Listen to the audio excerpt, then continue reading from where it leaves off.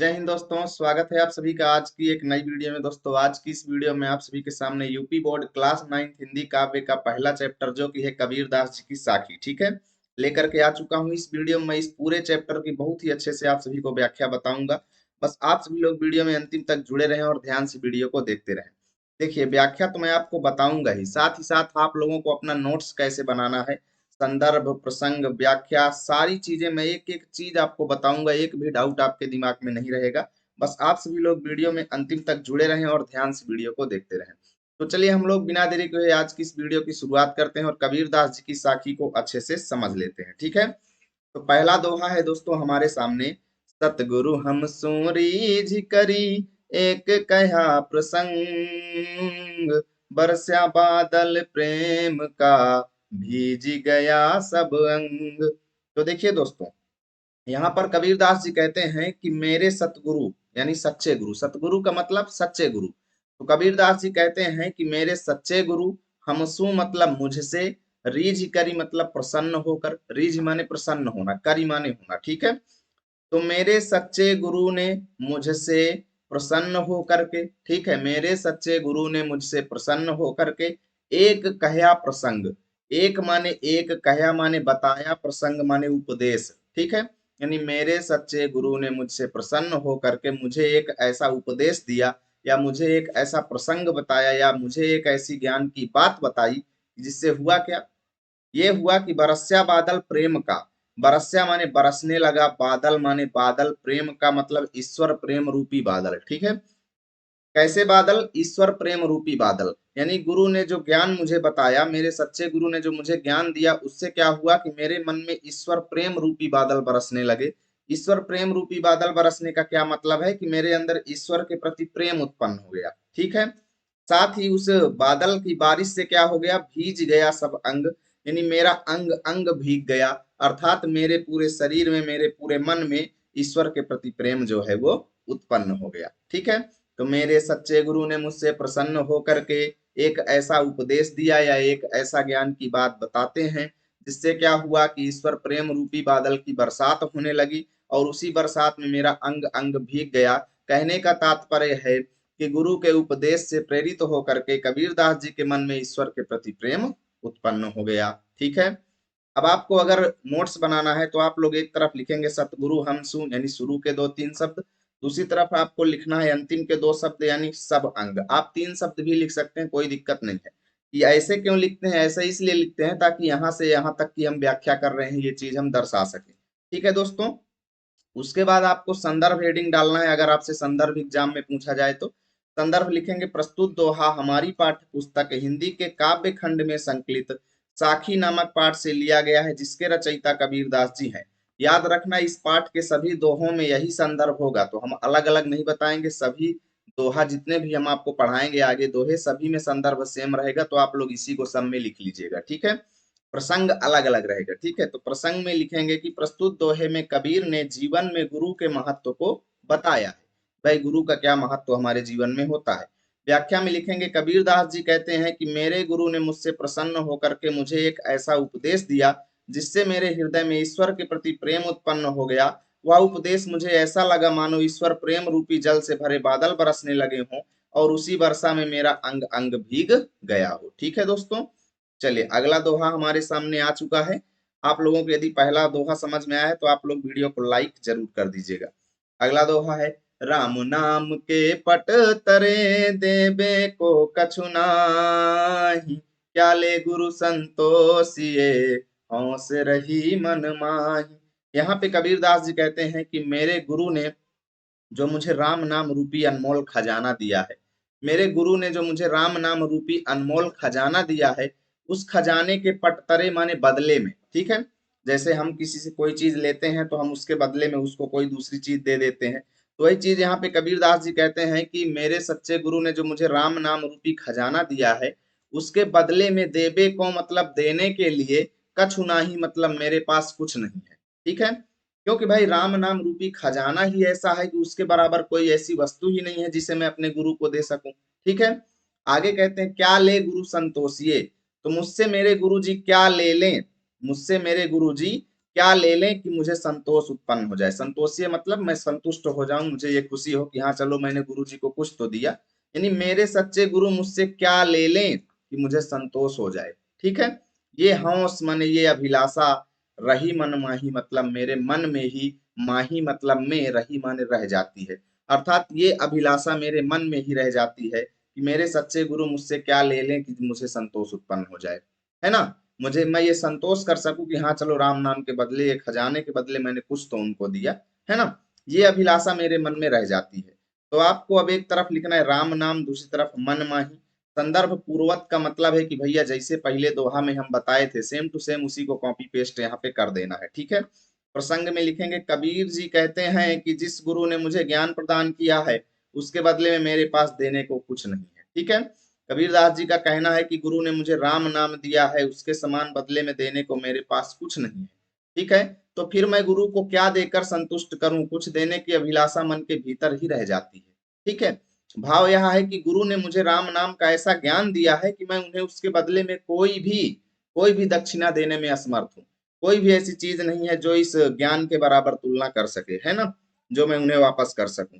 ठीक है दोस्तों, अगला दोहा है ज्ञान प्रकाश्या गुरु मिल्या सो जिन बिसर जाय जब गोविंद कृपा करी तब गुरु मिलिया। अब यहाँ पर भैया कबीरदास जी कहते हैं कि जब मुझको गुरु मिले, गुरु मिले यानी जब मुझको गुरु मिले तभी मेरे अंदर ज्ञान प्रकाशित हुआ। ज्ञान प्रकाश से मतलब ज्ञान प्रकाशित हुआ। कहते हैं जब मुझे गुरु मिले तभी मेरे अंदर ज्ञान प्रकाशित हुआ। इसलिए हमें सो माने इसलिए, जिनी माने बिल्कुल भी नहीं, बिसर जाई मतलब भूलना चाहिए। इसलिए हमें अपने गुरु को कभी भी नहीं भूलना चाहिए। कबीरदास जी कहते हैं कि जब हमें गुरु मिलते हैं तभी हमारे अंदर ज्ञान प्रकाशित होता है, इसलिए हमें किसी भी हाल में अपने गुरु को नहीं भूलना चाहिए। ठीक है, जब गोविंद कृपा करी, क्योंकि भैया जब गोविंद माने भगवान कृपा करते हैं ना, क्योंकि जब भगवान कृपा करते हैं तब गुरु मिलिया आई, अर्थात तभी हमें गुरु की प्राप्ति होती है, तब ही हमें गुरु आकर के मिलते हैं, अन्यथा सबको गुरु नहीं मिलते हैं। ठीक है, और जब गुरु मिलते हैं तब हमारे अंदर ज्ञान प्रकाशित होता है। गुरु के मिलने से हमारे अंदर ज्ञान प्रकाशित होता है, इसलिए हमें गुरु को किसी भी हाल में नहीं भूलना चाहिए, क्योंकि जब प्रभु की कृपा होती है तभी हमको गुरु की प्राप्ति होती है। एक तरफ लिखेंगे ज्ञान प्रकाश से, दूसरी तरफ मिलिया आई। संदर्भ पूर्वक रहेगा भैया जी। प्रसंग में कबीर जी कहते हैं कि गुरु के मिलने से ही ज्ञान की प्राप्ति होती है और गुरु भगवान की कृपा से ही हमको मिलते हैं। ठीक है, व्याख्या में लिखेंगे कबीर का कहना है कि ईश्वर की महान कृपा से गुरु की प्राप्ति होती है। इस सच्चे गुरु ने हमारे भीतर ज्ञान का प्रकाश दिया है, इसलिए हे जीवात्मा कहीं ऐसा न हो कि तुम उसे भूल जाओ, क्योंकि ईश्वर की असीम कृपा से तो गुरु की प्राप्ति हुई है और उसकी कृपा से तुम्हें ज्ञान मिला है। इसलिए बिल्कुल भी गुरु को कभी भी भूलने की कोशिश नहीं करना है। माया दीपक नर पतंग भ्रमि भ्रमि इवै पड़ंत कहे कबीर गुरु ज्ञान तय एक आधे उबरंत। बहुत बढ़िया दोहा है दोस्तों। कबीरदास जी कहते हैं कि ये संसार जो है माया से भरे हुए दीपक के समान है। जैसे कभी आप एक दिए को देखे होंगे तो जब दीपक जलता है तो उसको उसके चारों ओर कीट पतंगे जो है उड़ते हैं और जा करके उसी में मर जाते हैं। तो कबीरदास जी उसी दीपक का प्रतीकात्मक अर्थ यहाँ पे यूज कर रहे हैं। कहते हैं कि ये संसार जो है दोस्तों ये माया से बने हुए एक दीपक के समान है। जैसे इस संसार में मोह माया में व्यक्ति फंसा रहता है और अंत में उसी के चक्कर में अपनी जान भी दे देता है। ठीक है, नश्वर है ये संसार। तो कबीरदास जी कहते हैं कि ये संसार माया रूपी दीपक के समान है। ठीक है, और ये मनुष्य जो है उसी दीपक के चारों ओर मंडराने वाले पतंग यानी पतिंगे के समान है। जिस प्रकार दीपक के प्रकाश से मुग्ध होकर के चारों ओर पतिंगे मंडराते हैं, उसी प्रकार मनुष्य इस संसार में माया से मुग्ध होकर के मंडराता रहता है। ठीक है, भ्रमी भ्रमी मतलब भ्रम में पड़ करके, भ्रमित हो करके, इवै पड़ंत माने इसी में पड़ा रहता है। किस में? माया जाल में, इस संसार में मनुष्य पड़ा रहता है। ठीक है, भ्रमित हो करके। तो कहाँ कबीर माने कबीर कहते हैं कि भैया गुरु ज्ञान थे, मतलब गुरु के ज्ञान की वजह से अगर किसी के अंदर गुरु का ज्ञान हो गया, किसी को गुरु का ज्ञान प्राप्त हो गया, तो वही व्यक्ति इस संसार से उबर जाता है। यानी एक आध व्यक्ति ही ऐसे हैं, एक दो चार व्यक्ति ही ऐसे हैं जो इस संसार से उबर जाते हैं, अन्यथा जितने व्यक्ति हैं वो इसी संसार में मर जाते हैं। ठीक है, दो चार व्यक्ति यानी एक आध व्यक्ति ही ऐसे हैं जो गुरु के ज्ञान की वजह से, गुरु के उपदेश की वजह से शायद इस संसार से उबर जाते हों, यानी शायद वो माया जाल में ना फंसते हों। ठीक है, तो हमको एक तरफ लिखना है माया दीपक, दूसरी तरफ आध उबरंत। संदर्भ में पूर्वत रहेगा प्रसंग। इस दोहे में कवि ने जीव और माया की तुलना पतिंगा और दीपक के साथ किया है। यह संसार माया के दीपक के समान है और मनुष्य पतिंगे के समान है। जिस पर पतिंगा दीपक के सौंदर्य पर मुग्ध होकर अपने प्राण त्याग देता है, उसी प्रकार मनुष्य माया पर मुग्ध हो भ्रम में पड़कर अपने को मिटा देता है। शायद एक आध ही गुरु के उपदेश के कारण इससे छुटकारा पा जाते हैं। ठीक है, अगला है, जब मैं था तब गुरु नहीं, अब गुरु है मैं नाही, प्रेम गली अति साकरी, तामे दो न समाही। कबीरदास जी कहते हैं भैया कि जब तक मेरे अंदर मैं था, मैं का मतलब अहंकार, मैं और तू की भावना, ये मेरा है ये तेरा है, यही तो घमंड है भैया, यही तो अहंकार है। तो कबीरदास जी कहते हैं कि जब तक मेरे अंदर मैं था, अहंकार था, तब तक मुझे गुरु नहीं, तब तक मुझे गुरु की प्राप्ति नहीं हुई। क्योंकि भैया जब तक आपके अंदर अहंकार रहेगा तब तक आपको गुरु कभी भी नहीं मिलेंगे। इसलिए अगर आपको अच्छे गुरु की प्राप्ति करना है तो अपने घमंड को तोड़ना पड़ेगा, अपने घमंड को छोड़ना पड़ेगा। ठीक है, और अब कबीरदास जी कहते हैं कि जब मुझे गुरु की प्राप्ति हो गई, अब गुरु है, यानी जब मैंने अपने अहंकार को त्यागा तो मुझे गुरु की प्राप्ति हुई। और अब जैसे ही मुझे गुरु प्राप्त हुए तो मेरे अंदर की मैं और तू की भावना, हम माने अहंकार जो था वो अब क्या हो गया, नहीं है। यानी अहंकार शून्य हो गया मेरे मन से, मेरे मन में बिल्कुल भी अहंकार यानी घमंड नहीं रह गया। ठीक है, कहते हैं भैया कि ये प्रेम गली अति सांकरी है, अर्थात गुरु को पाने की ये प्रेम साधना जो है, प्रेम गली जो है, प्रेम मार्ग जो है गुरु को प्राप्त करने का, यह अत्यंत सकरा है। सकरा मतलब बहुत पतला है। ठीक है, गुरु को प्राप्त करने का ये मार्ग जो है भैया बहुत ज्यादा सकरा है। इसमें दो न समाही, अर्थात तो दो हो करके नहीं समा सकते। यानी आप चाहते हैं कि गुरु की प्राप्ति भी हो जाए और आपके अंदर अहंकार भी रहे, तो ऐसा नहीं हो सकता। कहते हैं तामे दो न समाही, यानी गुरु की प्राप्ति का ये मार्ग जो है बहुत ज्यादा सकरा है, इसमें दो होकर के नहीं चला जा सकता। यानी अगर आप इसमें एकत्व की भावना लेकर चलेंगे तभी आप गुरु की प्राप्ति कर पाएंगे, इसमें दो होकर के बिल्कुल भी नहीं चल सकते। ठीक है, आपको एक तरफ लिखना है जब मैं था, दूसरी तरफ न समाही। ठीक है, संदर्भ पूर्वक प्रसंग। प्रस्तुत दोहे में कबीर गुरु तथा शिष्य के बीच एकात्मकता पर बल दे रहे हैं कि हमें एक होकर के चलना चाहिए। ठीक है, अलगाव रहेगा तो फिर कभी भी सफलता नहीं मिलेगी। कबीर कहते हैं कि जब तक मुझ में मैं अर्थात अहंकार था तब तक मुझे अपने गुरु से एकात्मक भाव प्राप्त नहीं हो सका। यानी मैं खुद को अलग समझता था, गुरु को अलग समझता था।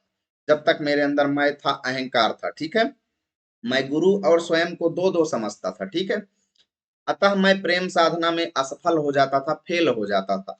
क्योंकि प्रेम साधना का मार्ग जो है भैया बहुत ज्यादा सकरा है, उस पर एक होकर के ही चला जा सकता है। ठीक है, जब तक द्वैत भाव अर्थात मैं और तू की भावना रहेगी तब तक गुरु भक्ति संभव नहीं है। ठीक है, तब तक गुरु भक्ति संभव नहीं है। अगला दोहा है, भगति भजन हरि नाव है, दूजा दुख अपार, मनसा बाचा कर मना, कबीर सुमिरन सार। तो यहाँ पर कबीरदास जी कहते हैं कि हे लोगों, हे मनुष्यों, अभी भी वक्त है, सावधान हो जाओ। क्या कहते हैं कि हरि नाव अर्थात भगवान के नाम का, ठीक है, भगवान के नाम की भक्ति करो। ठीक है, भगवान की भक्ति और भजन, ठीक है, भगवान की भक्ति और भजन एक नाव के समान है। ध्यान से समझना, फिर से बता रहा हूं। ठीक है, फिर से बता रहा हूं, ध्यान से सुनना। कहते हैं कबीरदास जी की भगवान की भक्ति और भजन जो है, हरि माने भगवान की, तो भगवान की भक्ति और भजन जो है ये एक नाव के समान है। कैसी नाव है? ये एक ऐसी नाव है जिसके जरिए तुम इस संसार सागर से पार जा सकते हो। ठीक है, भाई नाव की जरूरत पड़ेगी संसार सागर से हमें पार जाना है तो। यानी भगवान की भक्ति और भजन एक ऐसा सहारा है जिसके जरिए तुम संसार से मोक्ष की प्राप्ति कर सकते हो।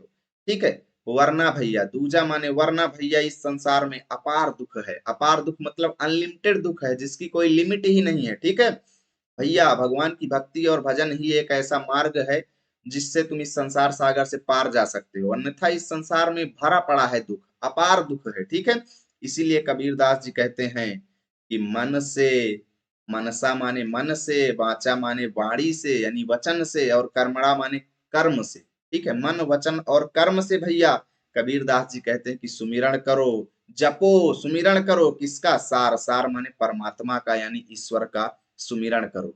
ठीक है, चलिए, एक तरफ लिखेंगे भगति भजन हरि, दूसरी तरफ सुमिरन सार। संदर्भ पूर्वक संदर्भ प्रस्तुत दोहे में कबीर ने संसार की नश्वरता को बताते हुए ईश्वर भक्ति की ओर प्रेरित किया है। ठीक है, जीव के लिए परमात्मा की भक्ति और भजन करना एक नाव के समान उपयोगी है। इसके अतिरिक्त संसार में दुख ही दुख है भैया। ठीक है, इसी भक्ति रूपी नाव से सांसारिक दुख रूपी सागर को पार किया जा सकता है।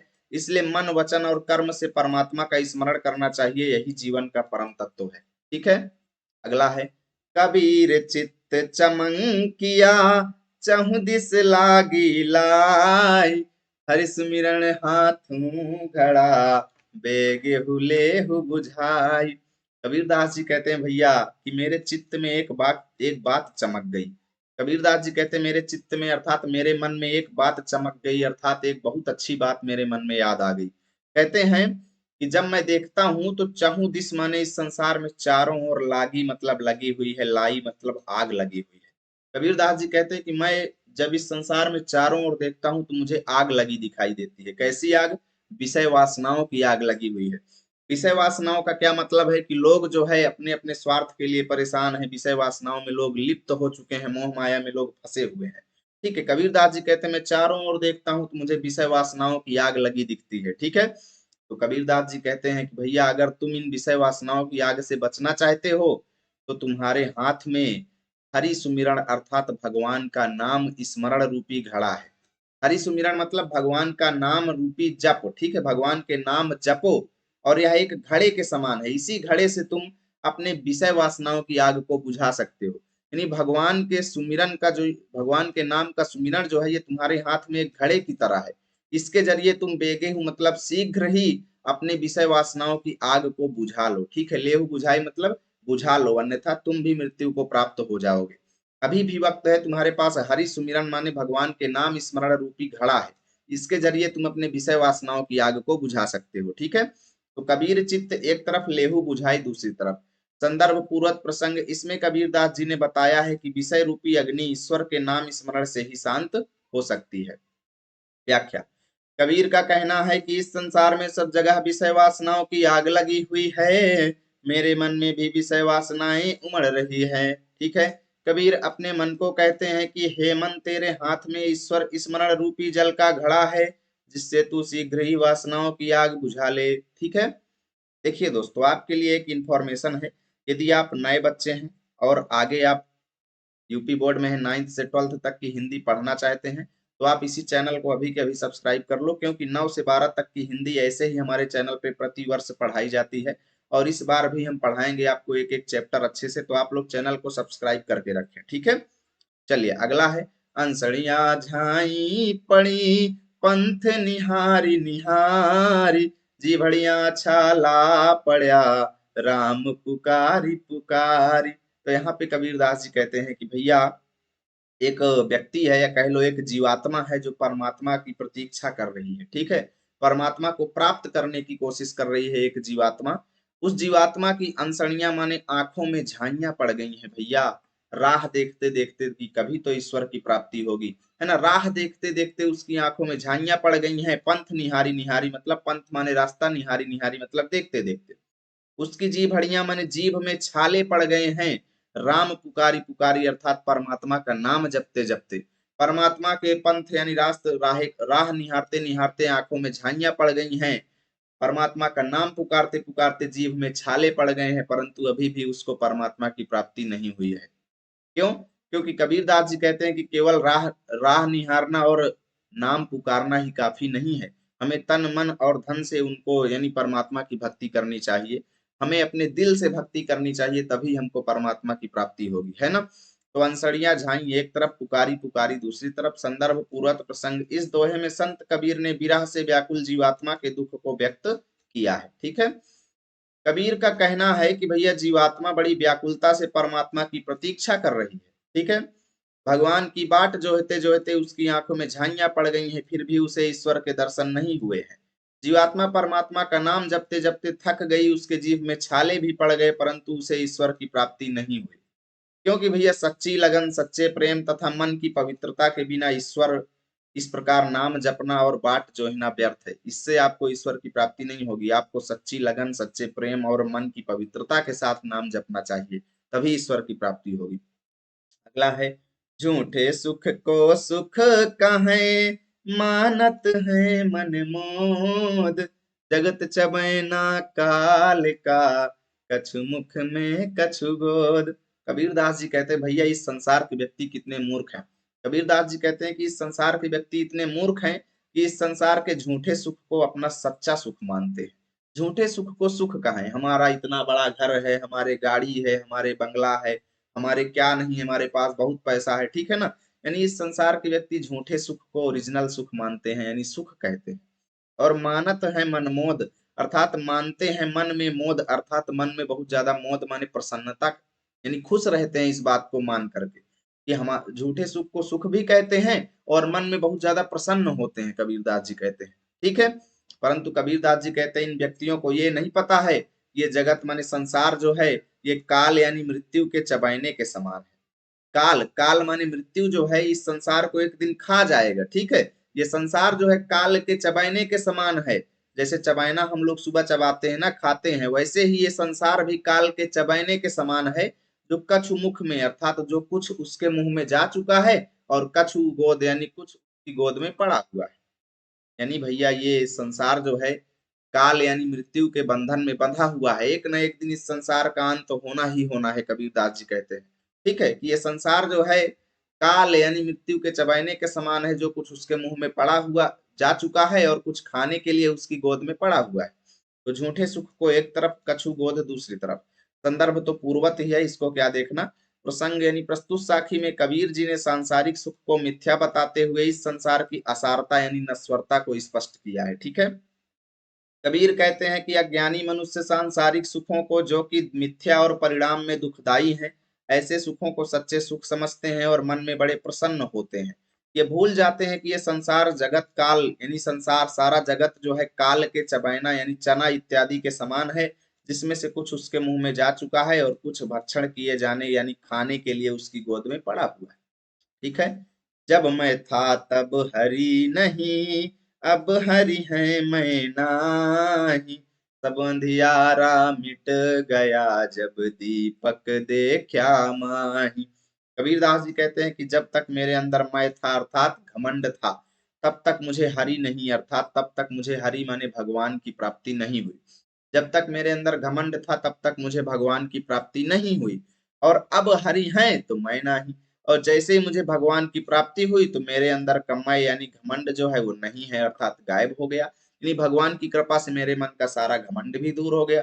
जब तक मेरे अंदर मैं था, घमंड था, तब तक मुझे भगवान की प्राप्ति नहीं हुई, और जैसे ही मुझे ईश्वर की प्राप्ति हुई तो मेरे अंदर अब अहंकार नहीं रह गया, ठीक है। कबीरदास जी कहते हैं कि सब अंधियारा मिट गया भाई, जब दीपक देखा माही।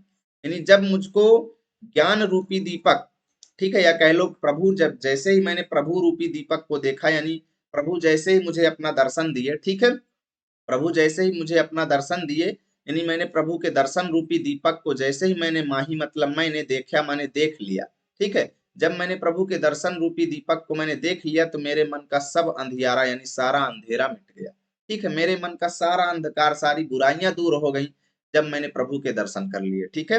तो जब मैं था एक तरफ, देखा माही दूसरी तरफ। संदर्भ पूर्वक प्रसंग। इस साखी में कबीरदास जी ने अहंकार को ईश्वर के साक्षात्कार में बाधक बतलाया है। अगर आपके अंदर अहंकार है तो आपको ईश्वर का साक्षात्कार यानी दर्शन कभी भी नहीं होगा, ठीक है। जब तक हमारे भीतर अहंकार की भावना थी तब तक ईश्वर के दर्शन नहीं हुए थे, किंतु जब हमने ईश्वर का साक्षात्कार कर लिया तो अहंकार बिल्कुल भी नष्ट हो गया, ठीक है। कहने का तात्पर्य यह है कि ज्ञान रूपी दीपक के प्रकाश मिल जाने पर अज्ञान रूपी सारा अंधकार जो है वो नष्ट हो गया, ठीक है। अगला है, कबीर कहा गर्वियो ऊंचे देखी आवास, काली परियूं भोई लोटड़ा ऊपरी जामे घास। कबीरदास जी कहते हैं भैया कि आप लोग, कबीर कहते हैं कि गर्वियो, गर्व करना, घमंड करना, अभिमान करना। कबीरदास जी कहते हैं कि आप ऊंचे देख मतलब ऊंचे ऊंचे देख करके आवास माने अपने महलों को, अपने घरों को, यानी अपने घरों को, अपने महलों को, अपने रहन सहन को ऊंचा देख करके तुम क्यों गर्व करते हो। कबीरदास जी कहते हैं गर्वियो माने क्यों घमंड करते हो, तुम क्यों गर्व करते हो कि हमारा इतना बड़ा घर है, हमारे ये है, हमारे वो है, यानी इन सभी सुविधाओं को देखकर तुम क्यों गर्व करते हो। कहते हैं कि भैया काल ही पर यानी कुछ समय बाद क्या होगा, तुम भुई माने जमीन में, लोटड़ा माने लौट जाओगे। कुछ समय बाद तुम्हारी मृत्यु हो जाएगी, तुमको भोय माने जमीन में लौटा दिया जाएगा, लेटा दिया जाएगा, और तुम्हारे ऊपर भी घास जम जाएगी। ठीक है, तुम्हारे ऊपर भी घास जम जाएगी, तुम्हारा मकान यहीं धरा के धरा रह जाएगा। ठीक है, तो कबीर कहा एक तरफ जामे घास, दूसरी तरफ संदर्भ पूर्वक प्रसंग। इस साखी में कबीर ने संसार की नश्वरता की ओर ध्यान आकृष्ट कराते हुए कहा है कि अपने को उच्च स्थान पर पा करके गर्व नहीं करना चाहिए। ठीक है, व्याख्या। इस संसार की नश्वरता को बतलाते हुए कबीरदास जी कहते हैं कि हे मनुष्य, तुम इस संसार में अपने ऊंचे स्थान पा करके क्यों गर्व करते हो। ठीक है, यह सारा संसार नश्वर है, एक दिन यह सारा वैभव नष्ट होकर के धूल में मिल जाएगा।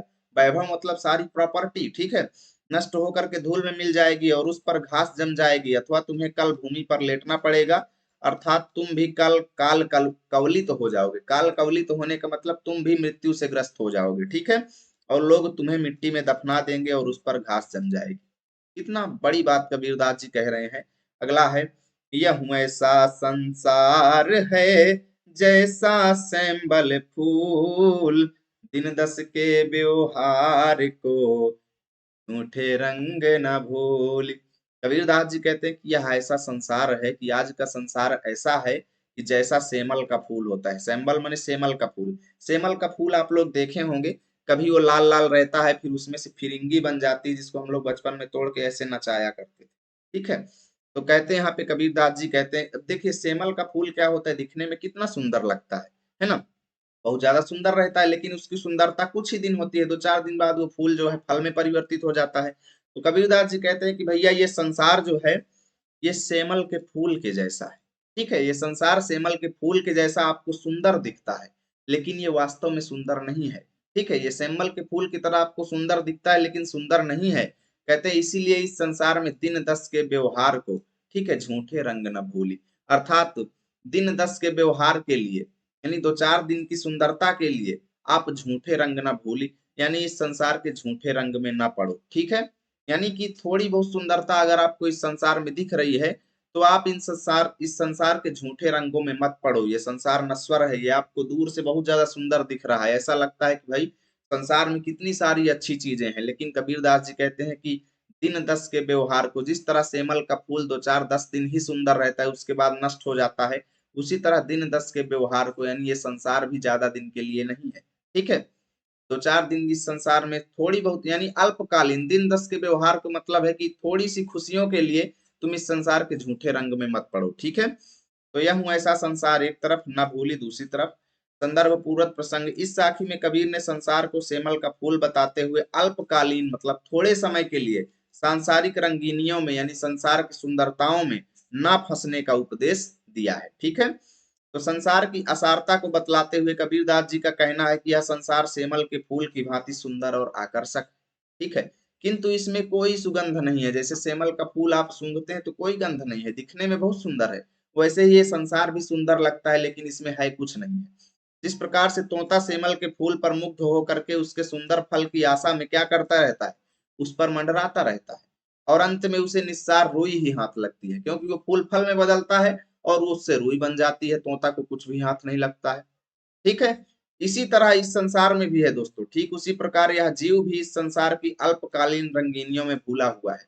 अल्पकालीन मतलब थोड़े समय के लिए खुशियों में भूला हुआ है, उसे इस झूठे रंग में सच्चाई को नहीं भूलना चाहिए। कबीरदास जी कहते हैं कि सच्चाई ये है कि संसार नश्वर है, हमें इस थोड़ी सी सुख सुविधाओं के लिए इस सच्चाई को नहीं भूलना चाहिए, इस सच्चाई को ध्यान में रखते हुए रहना चाहिए। ठीक है, कबीरदास जी कहते हैं, इह्यो सर चेत्या नहीं, पशु ज्यों पाली देह, राम नाम जान्या नहीं, अंति पड़ी मुख से। तो कबीरदास जी कहते हैं कि यही अवसर, यदि तुम इस समय चेतते नहीं हो, चेत्या नहीं मतलब जागरूक नहीं बनते, यदि तुम इस समय जागरूक नहीं बनते, इस समय तुम अगर सावधान नहीं होते, ठीक है, और अपने देह को पशु की तरह पालते रह गए, पशु ज्यों पाली देह अर्थात पशुओं की तरह अपनी शरीर को पालते रहे, भगवान का तुम भक्ति भावना नहीं किए, भगवान का तुमने स्मरण नहीं किया, अगर तुम सावधान नहीं हुए, इस चीज के प्रति जागरूक नहीं हुए, पशुओं की तरह अपनी शरीर को पालते रहे, तो कबीरदास जी कहते हैं राम नाम जान्या नहीं,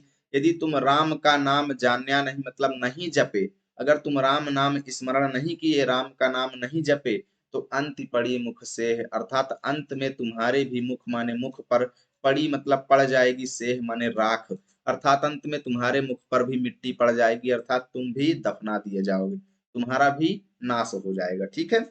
तो प्रसंग में लिखेंगे, प्रस्तुत साखी में कबीर ने कहा है कि मनुष्य योनि पाकर भी यदि समय रहते ईश्वर नाम स्मरण नहीं किया गया तो हमारा जीवन व्यर्थ है। कबीरदास जी कहते हैं कि तुम उस मनुष्य योनि में पैदा हुए हो जो बड़े सौभाग्य से प्राप्त होता है। ठीक है। इतना सुंदर अवसर पाकर भी तुम सजग नहीं होते और राम नाम स्मरण नहीं करते, केवल पशु की भांति अपने शरीर का पालन पोषण कर रहे हो। यह समझ लो कि यदि समय रहते तुमने राम नाम का स्मरण नहीं किया तो अंत में मिट्टी में ही मिलना होगा, अर्थात तुम्हारे मुख पर भी मिट्टी पड़ जाएगी। ठीक है। यह तन कांचा कुंभ है, लिए फिरे था साथी, ढबका लागा फूट गया, कछु न आया हाथी। कबीरदास जी कहते कि यह तन माने यह शरीर जो है, कांचा मतलब कच्चे, कुंभ माने घड़े के समान है। जिस प्रकार कच्चा मिट्टी का घड़ा आप लोग देखे होंगे, तनिक भी उसको धक्का लगा तो फूट जाएगा, ठीक इसी तरह यह शरीर जो है ये कच्चे घड़े के समान है, कच्ची मिट्टी से बने हुए घड़े के समान है, जिसको तुम लिए फिर रहे हो साथ में। ठीक है। लिया फिरा था साथ ही, अर्थात जिसको तुम अपने साथ लिए फिर रहे हो। ठीक है। कहते हैं ढबका लागा फूट गया, ढबका लगा मतलब अगर थोड़ा सा भी इसमें धक्का लगा तो ये तुम्हारा शरीर नष्ट हो जाएगा, फूट जाएगा। जिस तरह कच्ची मिट्टी का बर्तन फूट जाता है, इसी तरह ये तुम्हारा शरीर भी फूट जाएगा, अर्थात तुम भी मृत्यु को प्राप्त हो जाओगे। और कछु ना आया हाथी, अर्थात तुम्हारे हाथ कुछ भी नहीं आने वाला। ठीक है। तो संदर्भ हो गया। प्रसंग में लिखेंगे, इस साखी में कबीरदास जी ने शरीर की नश्वरता का वर्णन किया है। यह शरीर मिट्टी के कच्चे घड़े के समान है, जिसे तुम बड़े अहंकार के साथ सबको दिखलाने के लिए साथ लिए घूमते हो, कितनी सुडौल शरीर है। ठीक है। किंतु एक ही धक्का लगने से यह टूट कर चूर चूर हो जाएगा और कुछ भी हाथ नहीं लगेगा। ठीक है। अर्थात काल के धक्के से शरीर नष्ट हो जाएगा और वह मिट्टी में मिल जाएगा। ठीक है। कबीर कहा गर्भियो तेहि देखी सुरंग, बिछड़िया मिलिबो नहीं, ज्यों कांचली भुवंग। तो कबीरदास जी कहते हैं, अब ये भैया उन लोगों के लिए एकदम कटाक्ष है, उन लोगों के लिए बहुत ज्यादा व्यंग है जो लोग क्या करते हैं, देखते हैं हम बहुत गोरे हैं, हम बहुत सुंदर हैं, बहुत ज्यादा अच्छे लगते हैं, इस बात पर जो घमंड करते हैं उनके लिए तमाचा है एकदम। ठीक है। तो कबीरदास जी कहते हैं कि तुम गर्भियो माने गर्व करते हो अपनी देही मतलब अपनी शरीर को देख करके, सुरंग माने अच्छे रंग की, अर्थात अपनी सुंदर शरीर को देख करके तुम क्यों गर्व करते हो। कबीरदास जी कहते हैं अपनी सुंदर शरीर को देख करके काहे घमंड कर रहे हो बाबू। क्यों? क्योंकि भैया बिछड़िया मिलबो नहीं, क्योंकि अंत में ये तुम्हारा शरीर तुमसे बिछड़ जाएगा और तुमको मिलेगा नहीं। ये शरीर तुमसे बिछड़ जाएगा और मिलेगा नहीं। ठीक उसी प्रकार ज्यों माने जिस प्रकार, कांचली माने केचुल जो है, भुवंग माने सांप से बिछड़ जाती है। जैसे सांप क्या करता है, अपनी केचुल को जब छोड़ देता है तो उसको दोबारा प्राप्त नहीं कर पाता, ठीक उसी प्रकार भैया ये तुम्हारी सुंदरता भी तुमसे बिछड़ जाएगी और तुमको मिलेगी नहीं, है ना। तो प्रसंग में लिखेंगे, देह के प्रति मनुष्य का मोह गहन होता है, बहुत ज्यादा मोह करता है व्यक्ति। कबीर ने इसी मोह के प्रति मनुष्य को सावधान किया है। कबीरदास जी कहते हैं कि तुम अपने शरीर की सुंदरता पर इतना क्यों घमंड करते हो, तुम्हारा यह घमंड सर्वथा व्यर्थ है। मरने के बाद फिर यह शरीर ठीक उसी प्रकार तुम्हें नहीं मिलेगा, जिस प्रकार अपनी केचुल को एक बार छोड़ देने के बाद सर्प को वह पुनः प्राप्त नहीं होती, वह उसके लिए निरर्थक हो जाती है। ठीक इसी तरह तुम्हारी शरीर भी तुम्हारे लिए निरर्थक हो जाएगी। यहाँ से दोस्तों मैंने इस चैप्टर को खत्म किया। बहुत बढ़िया चैप्टर है, एक एक चीज मैंने समझाया। यदि वीडियो अच्छी लगी है तो लाइक करना तो आपका काम ही है। ठीक है, मिलेंगे आप सभी के साथ अगली वीडियो में अगले चैप्टर के लिए। तब तक के लिए जय हिंद, जय भारत।